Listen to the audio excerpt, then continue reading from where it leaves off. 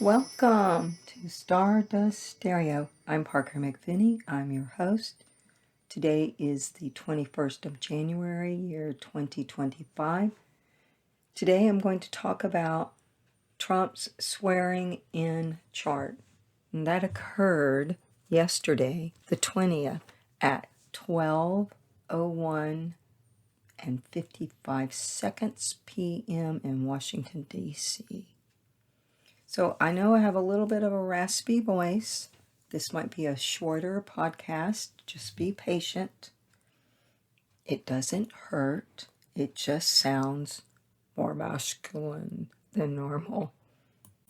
The interesting thing about this chart, the mundane chart, that's what they're called when we cast a chart for an event such as an inauguration. This swearing in moment is quite interesting because there's a Taurus rising, 14 degrees and 52 minutes arc, and Uranus is rising, and it's retrograde, and Jupiter's rising retrograde right behind it. They are both in the first house. That first house represents America and its outlook right now at this moment of swearing in. I know that for a lot of people, they're very happy. And for then another group of people, they're not happy. My job as an astrologer is not to talk about whether I'm happy or unhappy, but what I think the next 7 months, because I'm only going to focus on the next 7 months right now, will bring in this presidency. And as best I can, push aside any bias I may have. There's this thought in the astrological world that we can just look at charts without a bias, and that's completely untrue. Because even when you try to objectively look at a chart, all of your life experience is going to be coming in there, and your own personal point of view of politics can often seep in even when you think you're doing a really good job. I think that I'll be able to look at this chart much better than in years past because currently I have matured to the point that I'm not quite as, shall we say, freaked out about who's president. And anyway, nobody I vote for ever wins. So after a lifetime of not getting your preferred candidate in office, you get a little dispassionate about it. Or one would hope so anyway. And as a friend of mine said, we still have the same divine being running the universe, no matter who's president. And I really like that attitude. Okay.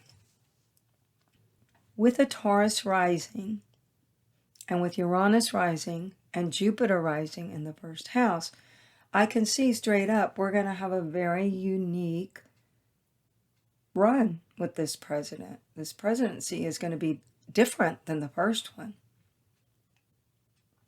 Trump will end up aligning himself in ways that many people would not have seen. And my prediction is that he's going to step across the aisle more than people anticipated. If you really think about the USA and how he won the popular vote and how red that whole country looked when you looked at how many people voted for Trump, I would venture to say that a lot of people are really happy. But we want a country where everybody's happy, and of course that's impossible. But we can try to find that middle ground, and I do believe that he will actually try to find that middle ground. However, that said, Venus rules the chart because Venus is the ruler of Taurus, and Taurus is on the 9 o'clock dial or the ascendant.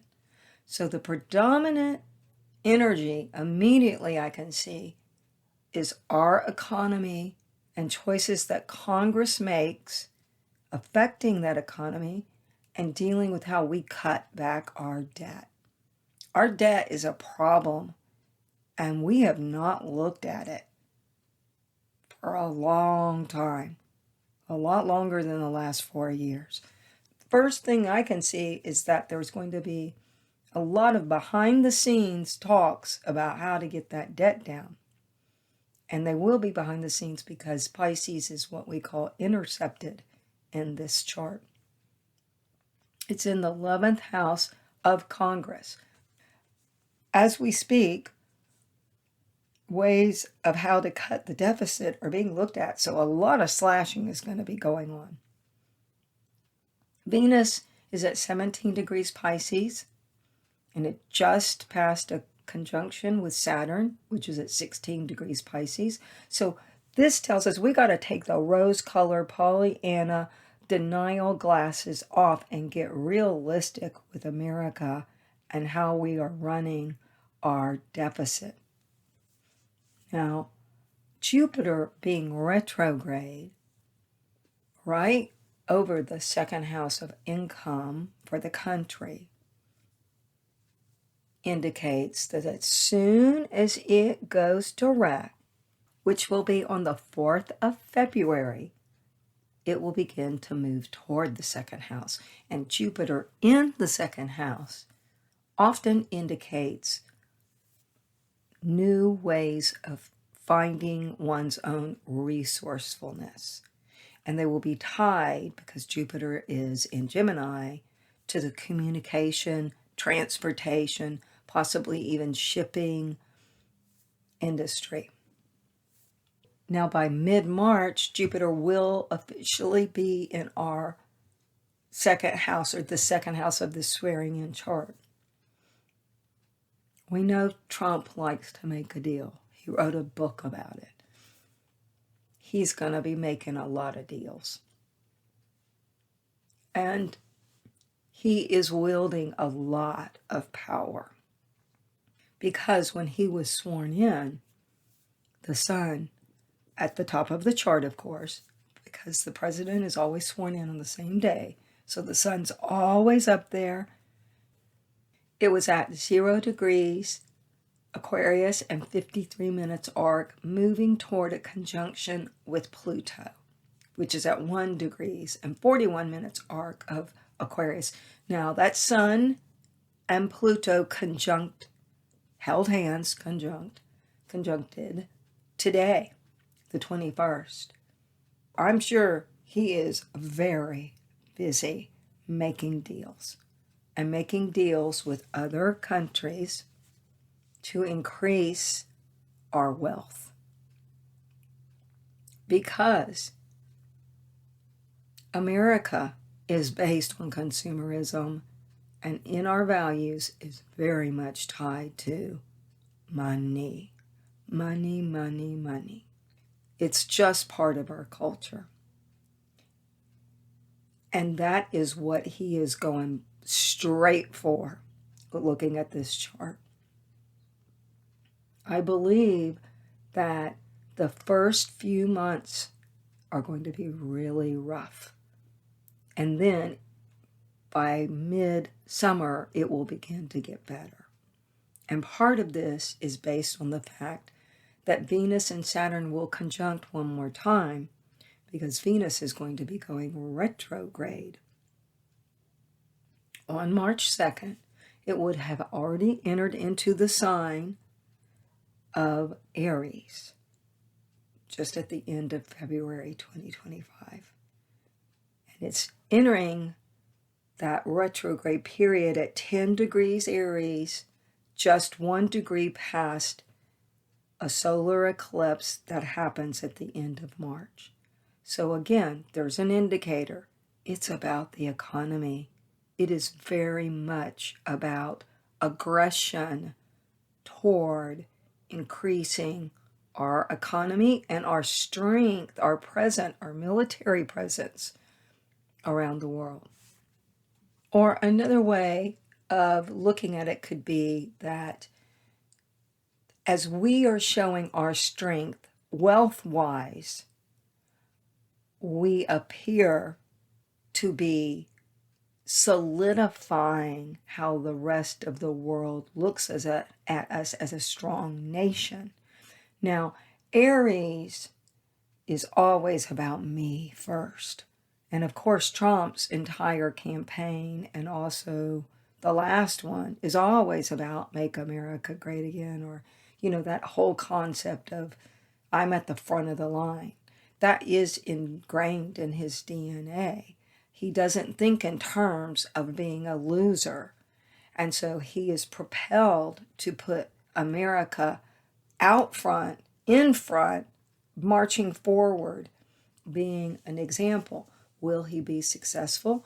I feel actually in some ways he will be successful. However, we cannot ignore the fact that in this chart, the inaugurational chart, the moon is at 18 degrees Libra, and that deals with the justice system. That also deals with partnerships. Libra is about compromise, and that Libra moon is in an exact square with Mercury. So he's going to be arguing a lot with the public and ideas, the public and transportation. Areas like our post office, Amtrak, some of those institutions, they might see some cuts.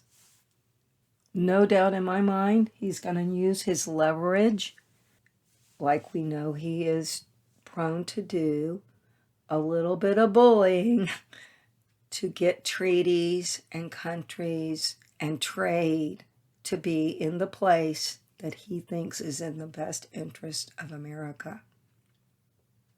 But like I said earlier, he's going to have some surprises that people would not anticipate in this second term.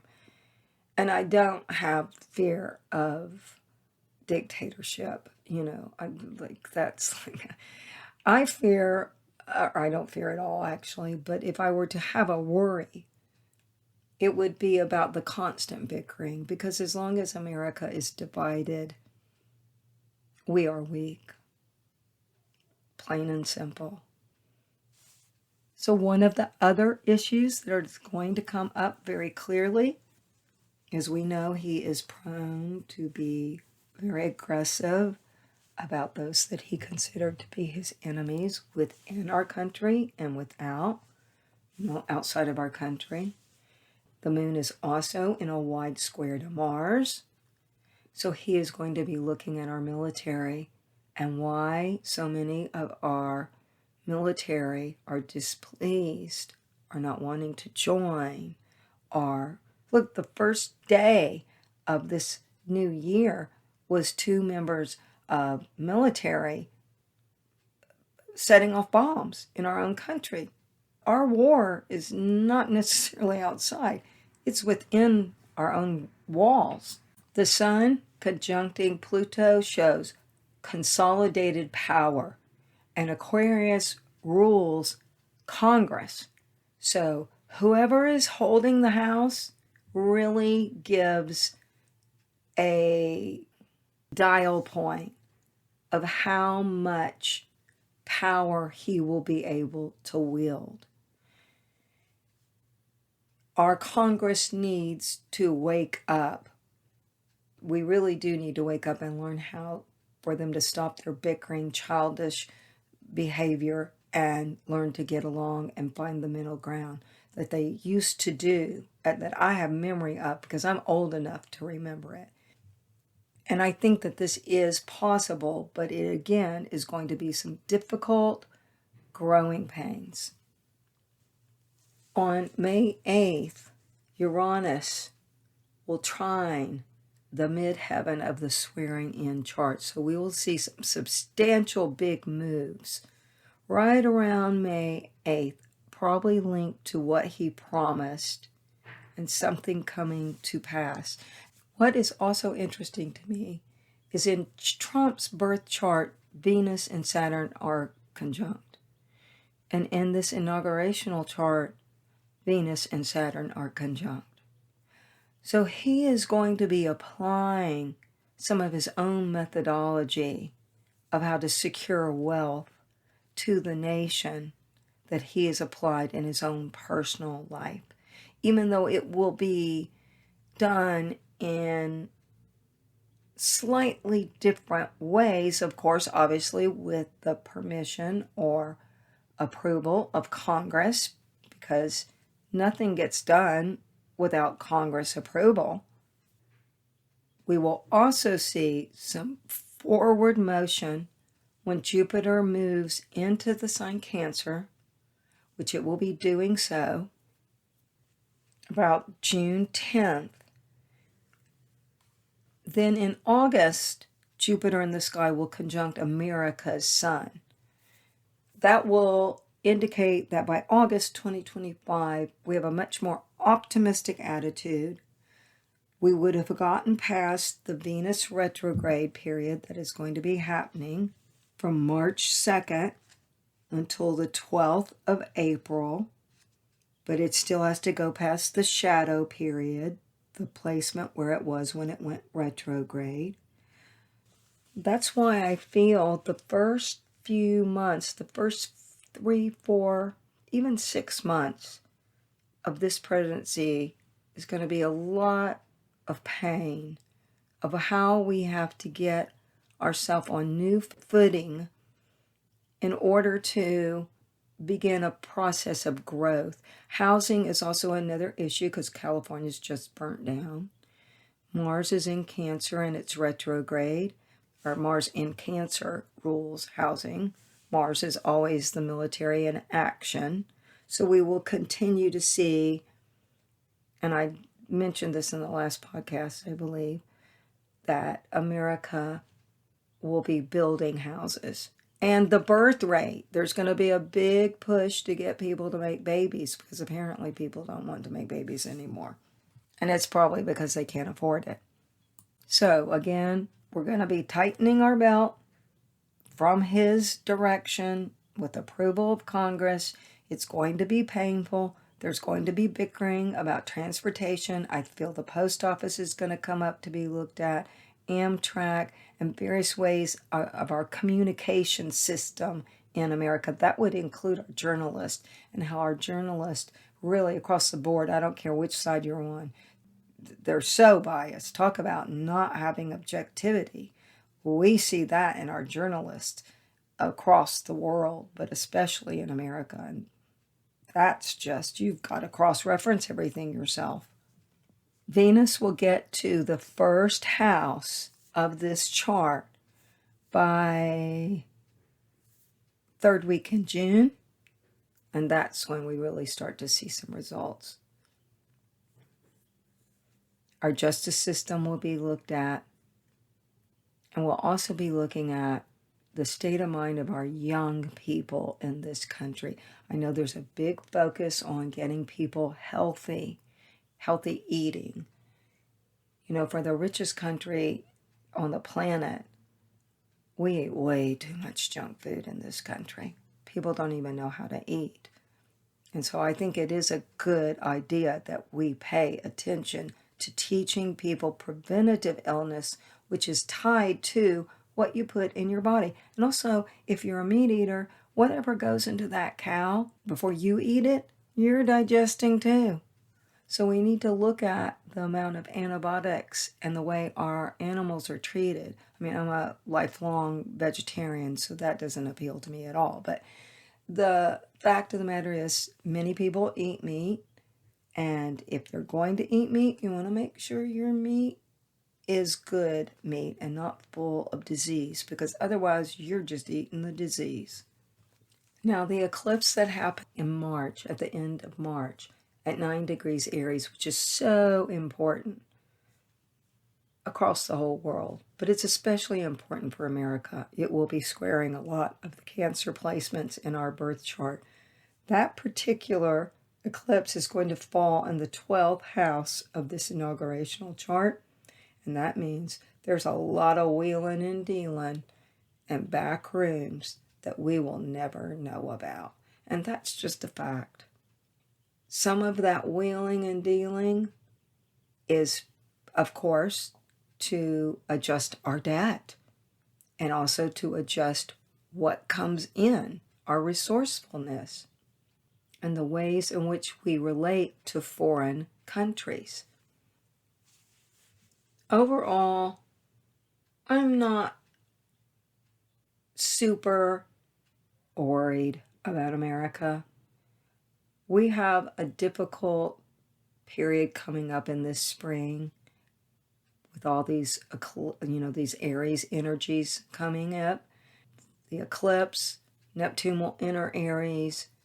Then in May, Saturn will enter Aries, and those will begin to square America's chart. So it's very clear to me we will be going through growing pains, especially in this first 6 months.